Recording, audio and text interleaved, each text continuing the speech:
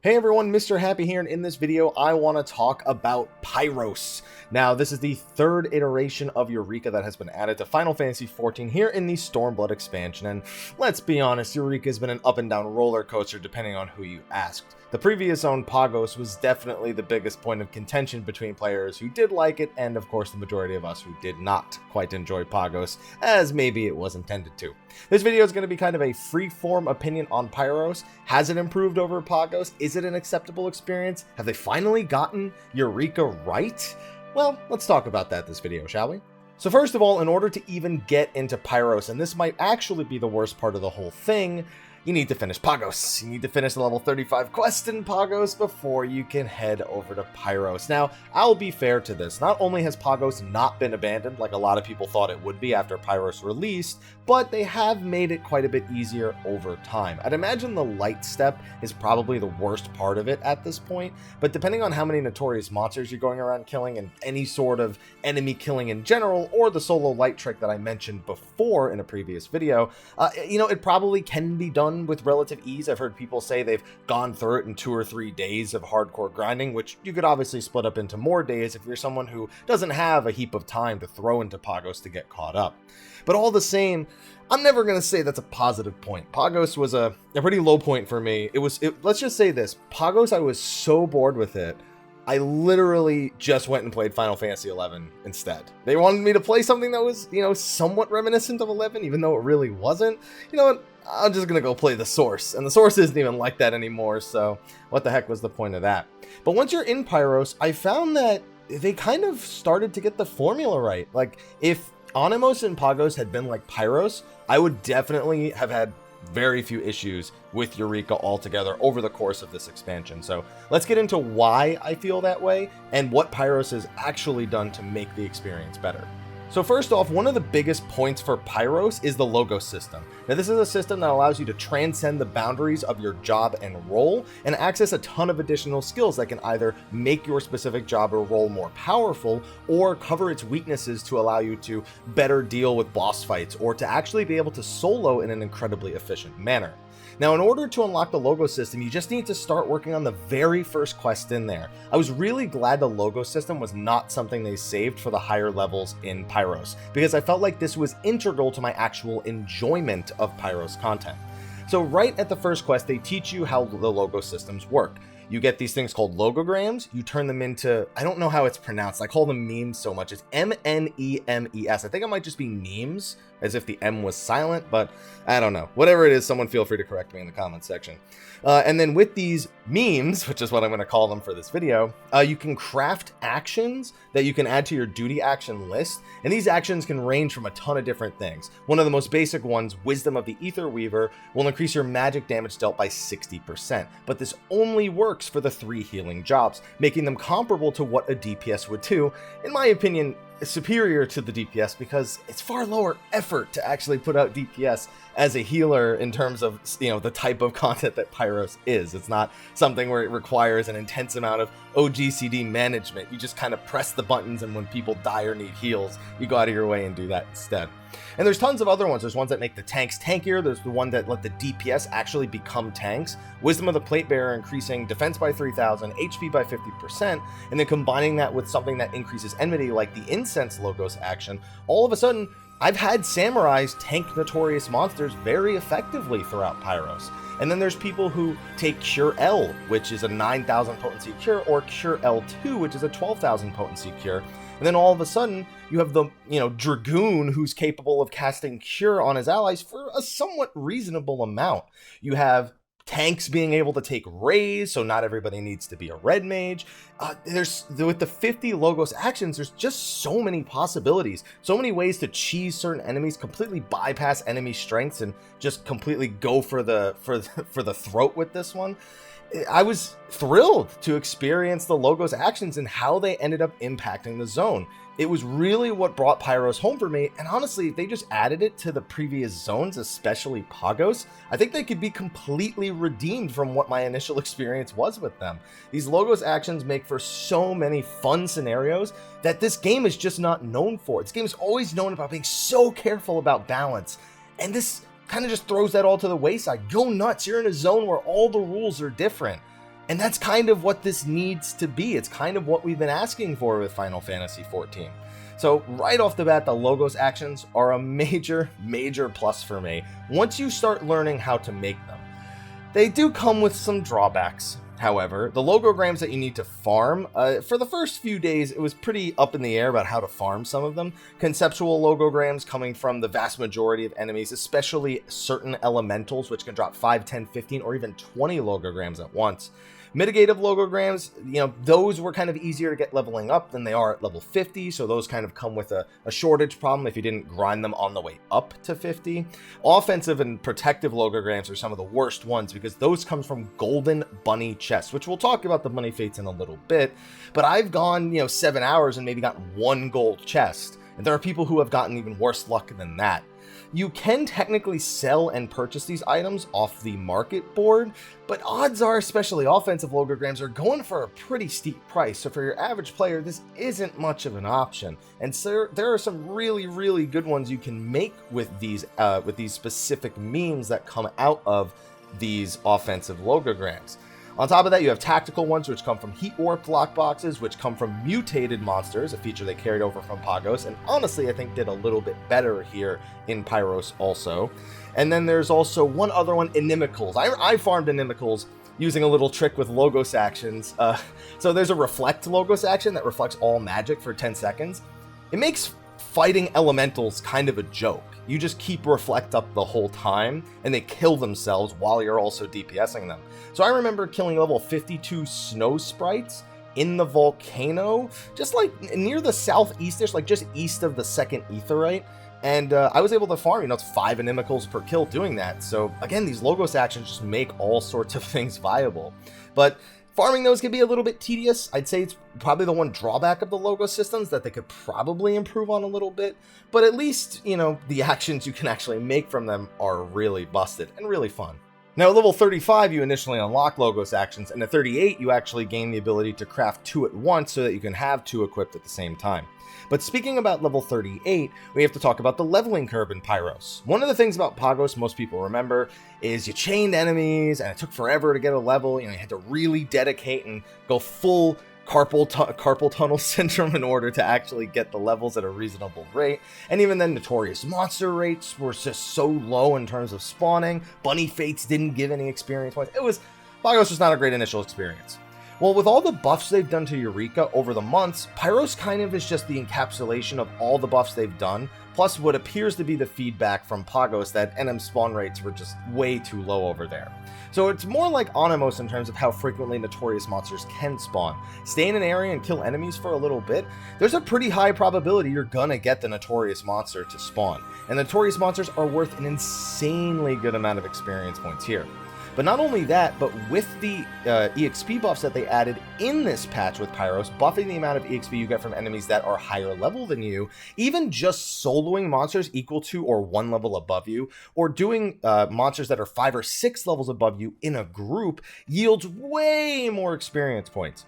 When I was level 42, I was soloing level 43 Ember Sprites over by where the creepy doll notorious monster spawns.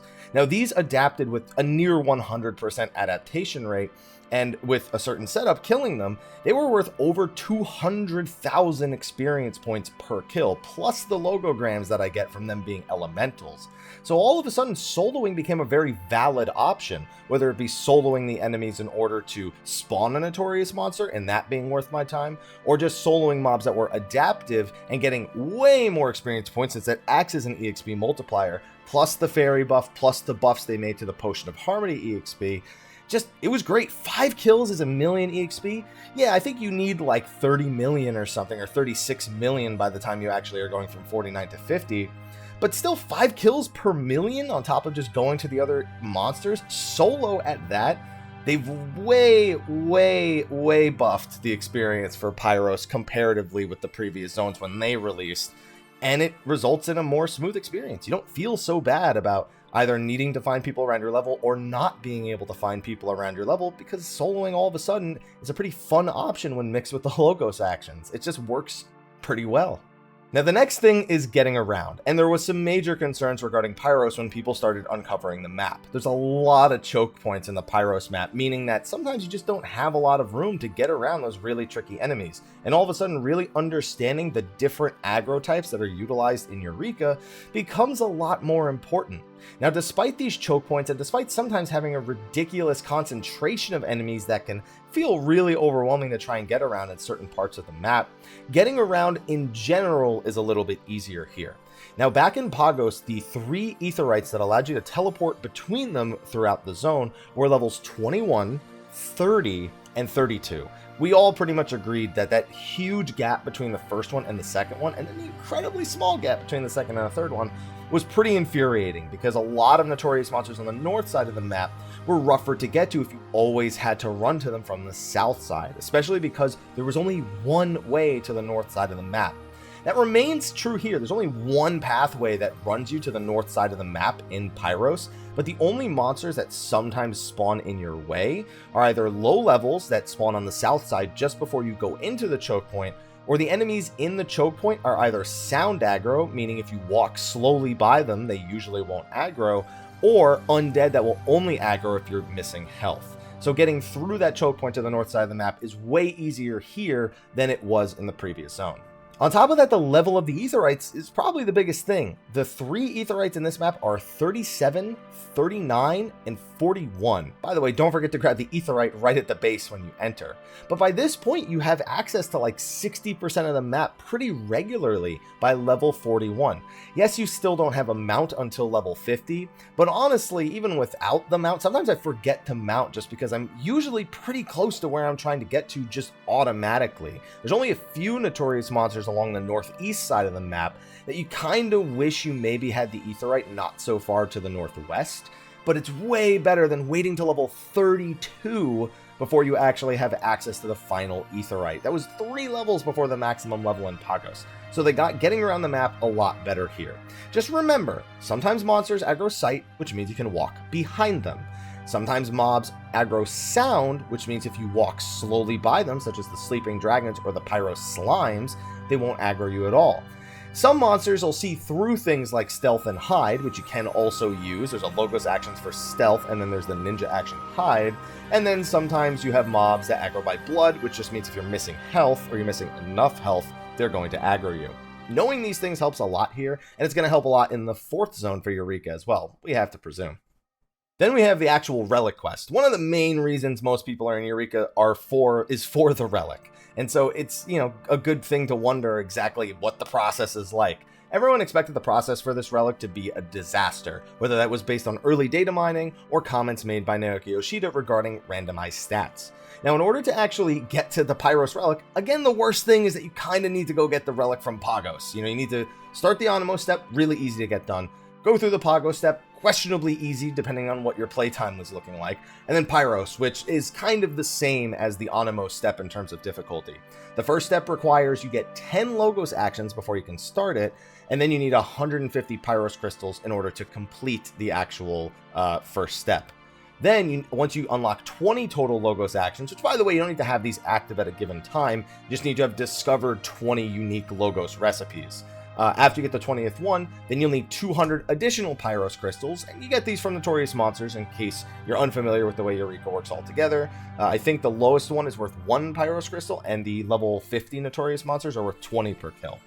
And then finally, when you get to 30 Logos actions, you can start the quote, and I'm going to say this in quotes, final step of the relic, which requires 300 Pyros crystals and 5 Penth Flames, Penthesilia, I think her name is, being the ultimate boss of this zone, or the Fire Zuzu, or Hot Zuzu, or Wife Zuzu, as people have been calling her.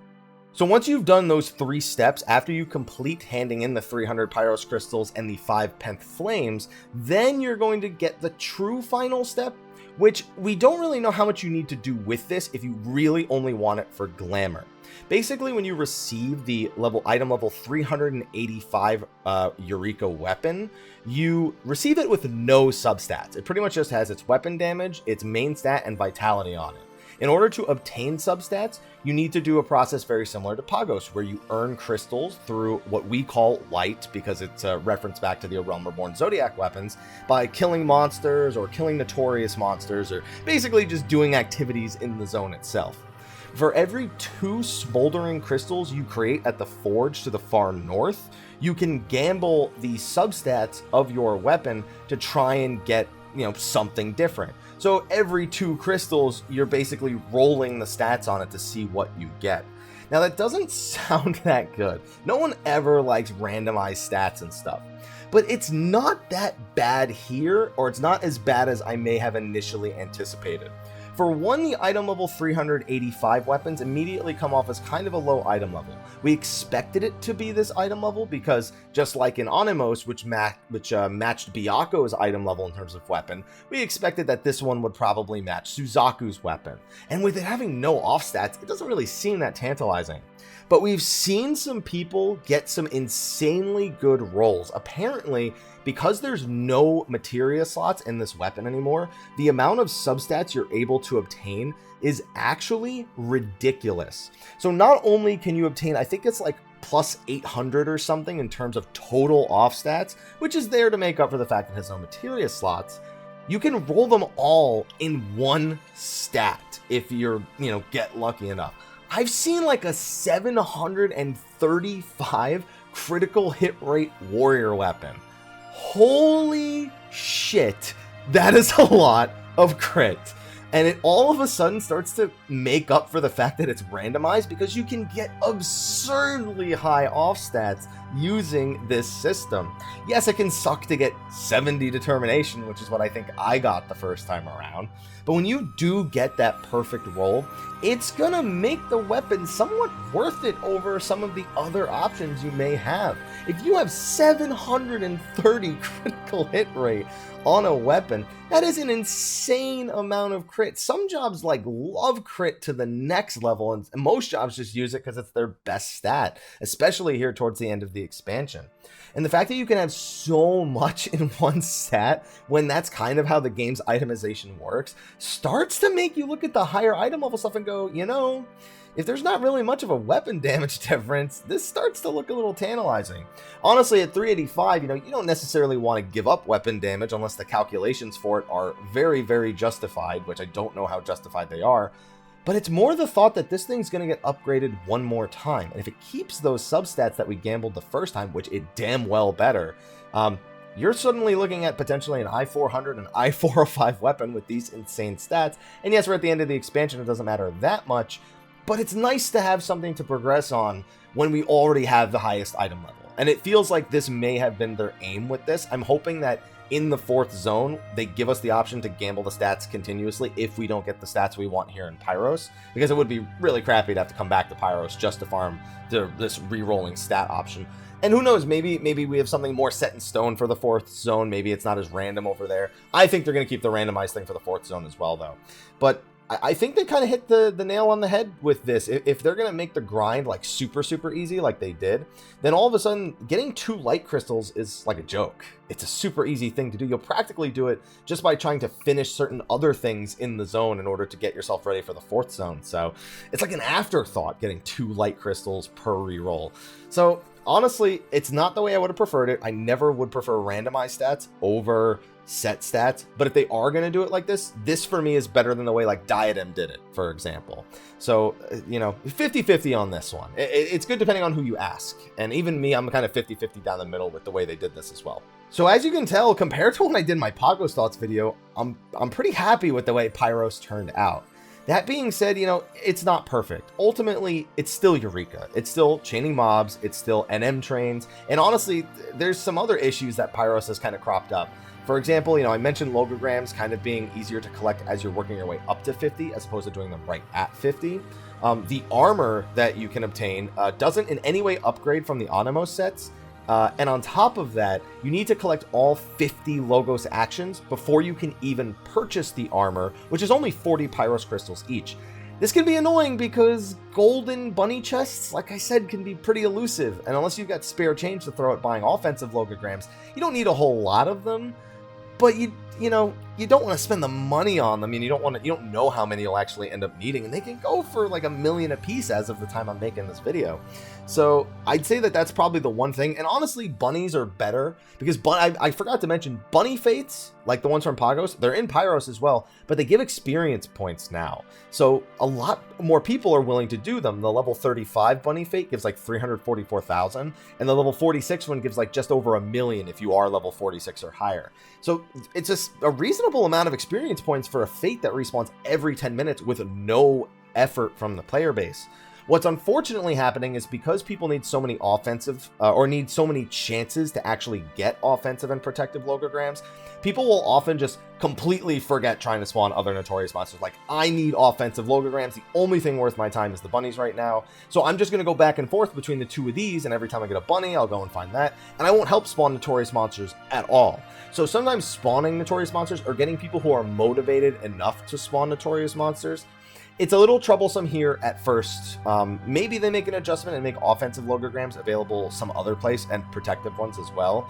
But who knows? You know, there's a little too much attention on the bunny fates. It's better than none at all, but because you need those 50 logos actions, they may have overdone it a little bit with forcing you to participate in the bunny fate because you have no choice. You know, it's not like it's Haku Taku eyes like it was last time. You have no choice if you want to actually get the armor or you want to purchase the offensive logogram separately. Also, I mentioned monster density earlier. Honestly, it's a little bit bigger of a problem than I kind of made it out to be. There are some places on the map that are just utterly ridiculous to try and expect you to get by.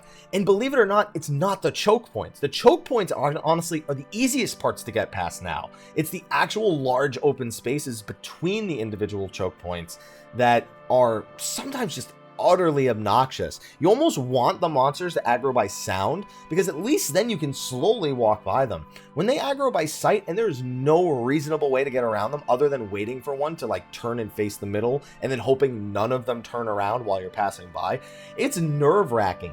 Doable, especially if you have the stealth logos action or hide, but it doesn't make it that much better. It's still obnoxious the way the enemies are laid out. So they may have gone a little overboard with monster density in a lot of places. And finally, there's one other objective in here that not everyone knows about, but it's kind of reminiscent or is kind of replacing what was previously the Eureka gear grind. So if you remember in Onimos, there were 3 pieces of glamour. There was the Emperor Hairpin, the Scorpion Harness, and I always forget the last one. The Strider Boots? Yeah, Strider Boots. Those were the ones. And they didn't really do anything. Everyone said it would have been cool if they did. So in Pagos, they introduced the Cassie earring, the speed belt, and I'm forgetting what the other item. Oh, the optical hat. That's right. The optical hat is the other one. And those all had like, you know, reduced your GCD by 3% or something like that. And it was pretty cool, you know, but getting those items was not the greatest of experiences. You know, I killed King Arthur my fair number of times, never saw the speed belt. You know, Haku Taku, the only way to get the optical hat was to get an eye cluster, which required you to do the money fates, which required you to then get the 4 individual eyes or to purchase them off the market board. And then on top of that, the one eye that you could get separately from that, which I think came from, was it Heat Warp? Was it Cold Warp black boxes? I can't remember where the one easy to get eye actually came from. There was that, and on top of that, then I think the last one, the Cassie earring, spawning Cassie was a disaster for most people. So they were kind of super hard to obtain, you know, altogether with just the way Pagos was designed. Now in Pyros, they don't have any gear from the individual Notorious monsters. You know, maybe a card, maybe some logograms.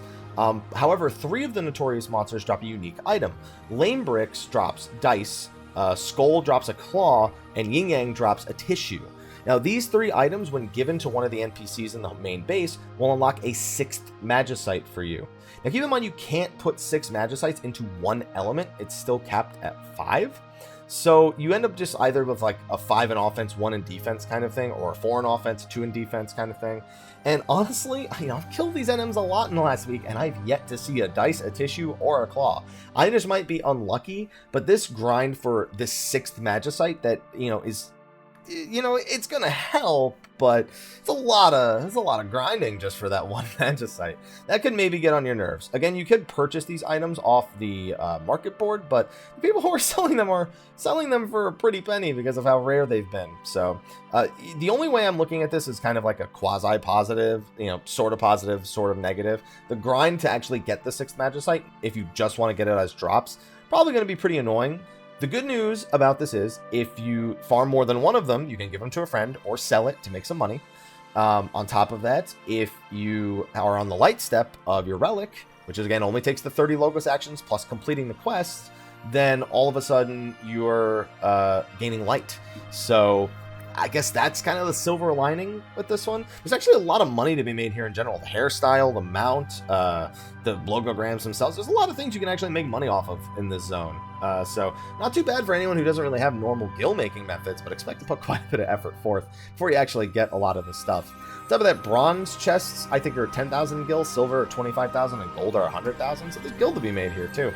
And on top of that, tomestones. I forgot to even mention you can cap tomestones while doing Pyro. So it's, again, they got a lot of things right. Some of the things are questionable, whether you think they're right or wrong, but ultimately, Pyros is just better than the other zones. I'm hard-pressed to believe anyone who could possibly think the other zones are collectively better. Maybe individual aspects like Onimos having its wide-open fields and less choke points, or maybe Pagos if you're like really into that old-school chain grind or whatever.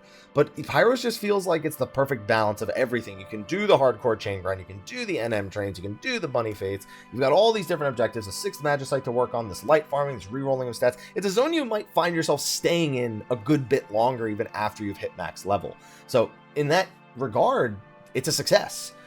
But it is still Eureka, and we still have one more zone of Eureka at that in patch 4.55 or 4.56 or something. That's going to wrap up the story, which in my opinion has been a weak point of Eureka. The story is kind of still a little bit too slow to, like, you know, collecting all of, you know, what's actually happening. We're kind of just progressing through it as opposed to learning as much as maybe we would have liked. But, you know, it's going to wrap up before the expansion. And the 4th zone is said to have this public dungeon that makes me think of Diadem's emergency mission, and I'm very wary about that public dungeon. Logos actions right now are super OP, but Yoshida made it sound like the public dungeon, if you didn't bring the right Logos actions, you're probably going to die a horrible death.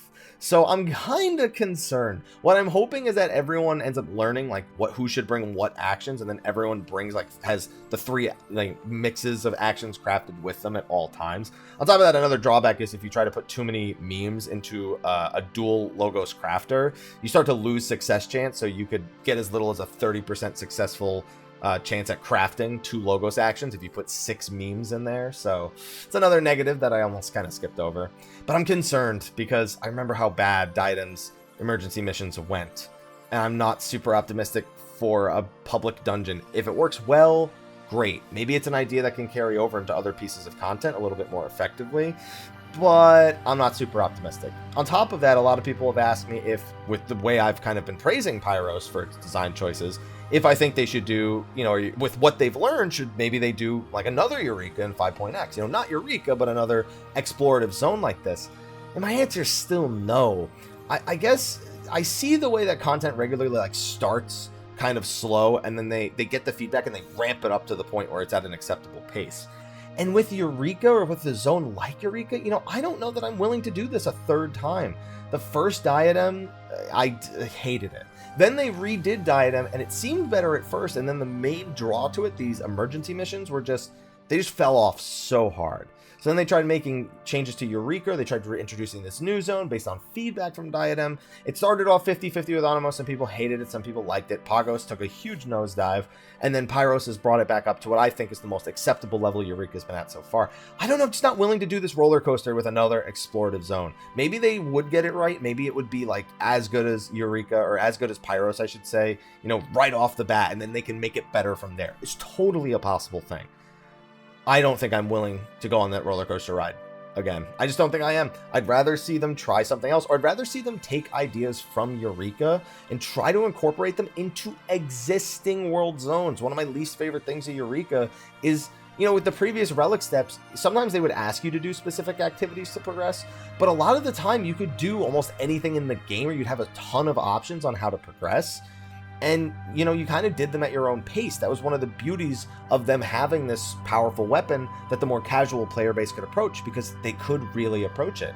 Not to say that the more casual player base can't approach Eureka, but it's far less friendly to them, and it's far less interesting overall. than working on the old relics. Yeah, repeating old content over and over again wasn't great. I'm never going to say that that was a fun and exciting way to do the Zodiac weapon and to do the Anima weapon. But with the Eureka weapons, you're just confined to the zone. You're confined to the zone and its rules. And even when the rules are fun, like with the Logos actions, Pyros crystals and Penth flames, you know, just killing notorious monsters over and over again, like, I don't know, just, it doesn't do it for me. I'd rather have the old way where I can go and do all my roulettes, you know, and take the tomestones I get, or maybe, you know, maybe earn some light from doing that on a daily basis. Like, you know, reminisce on some of the old dungeons. I kind of prefer that. It helped keep a lot of the old content a little bit more populated than we otherwise may have expected it to be. And I feel like that was good for the health of the game overall, as opposed to good for people who wanted an actual relic weapon. So it's a tough call, man, but like they could maybe have areas in the new zones that we're getting in 5.0, and those areas have like a different rule set. Maybe like in those areas, there's Logos actions, for example. You know, maybe, you know, the actions for your duty actions only work in those areas, but they exist in an already existing zone. Or maybe it's like a public, or maybe take public dungeons. If public dungeon does well, maybe when you enter this public dungeon, all of a sudden you're confined to the rules that the public dungeon has set forth for you, whether it could be, and I'm going to use Logos actions as the example again, you know, maybe you have Logos actions while you're in there, or maybe there's some sort of unique reward that comes from this, and then maybe you integrate that type of content into the Relic Weapon quest, but on top of having the other options as well. All of a sudden you're taking things that maybe could have worked if they weren't so isolated, or maybe would have worked better if they weren't so isolated, and putting them in a world that people kind of agree could use a little bit more life, even if it is segmented off, and it is like, you know, kind of like a red tape, like, yeah, you're in the zone, but if you step past this point,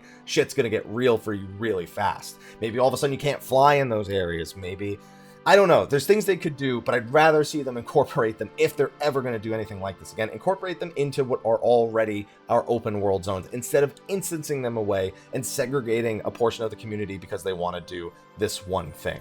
And with that, I think I've gotten all of my rant on Pyros out of the way. More positive than I thought it would have been a week ago, but you know, it is what it is. So thank you for listening to my rant, and let me know what your thoughts are on Pyros below. Let me know what you'd like to see for the 4th zone. What do you think about the idea of having another explorative zone in 5.0? And of course, we got FanFest coming Friday, so get your hype ready for that, because we're going to be finding out exactly what the name of the expansion is. We currently think it's going to be Shadowbringers. We're going to be starting to get teases towards new jobs. You know, we're going to be looking at Yoshida's shirt. We're going to start hearing, of course, everyone's favorite term, challenging new dungeons, challenging new raids, you know, everything that they normally do, all that PR talk. But it's going to be a good time, and we'll be reporting on it on top of the live letter this Saturday on the YouTube channel, so be on the lookout for that as well. Anyway, be sure to like, favorite, subscribe, and share, and stay tuned. I'll see you in the next video, and until then, take care.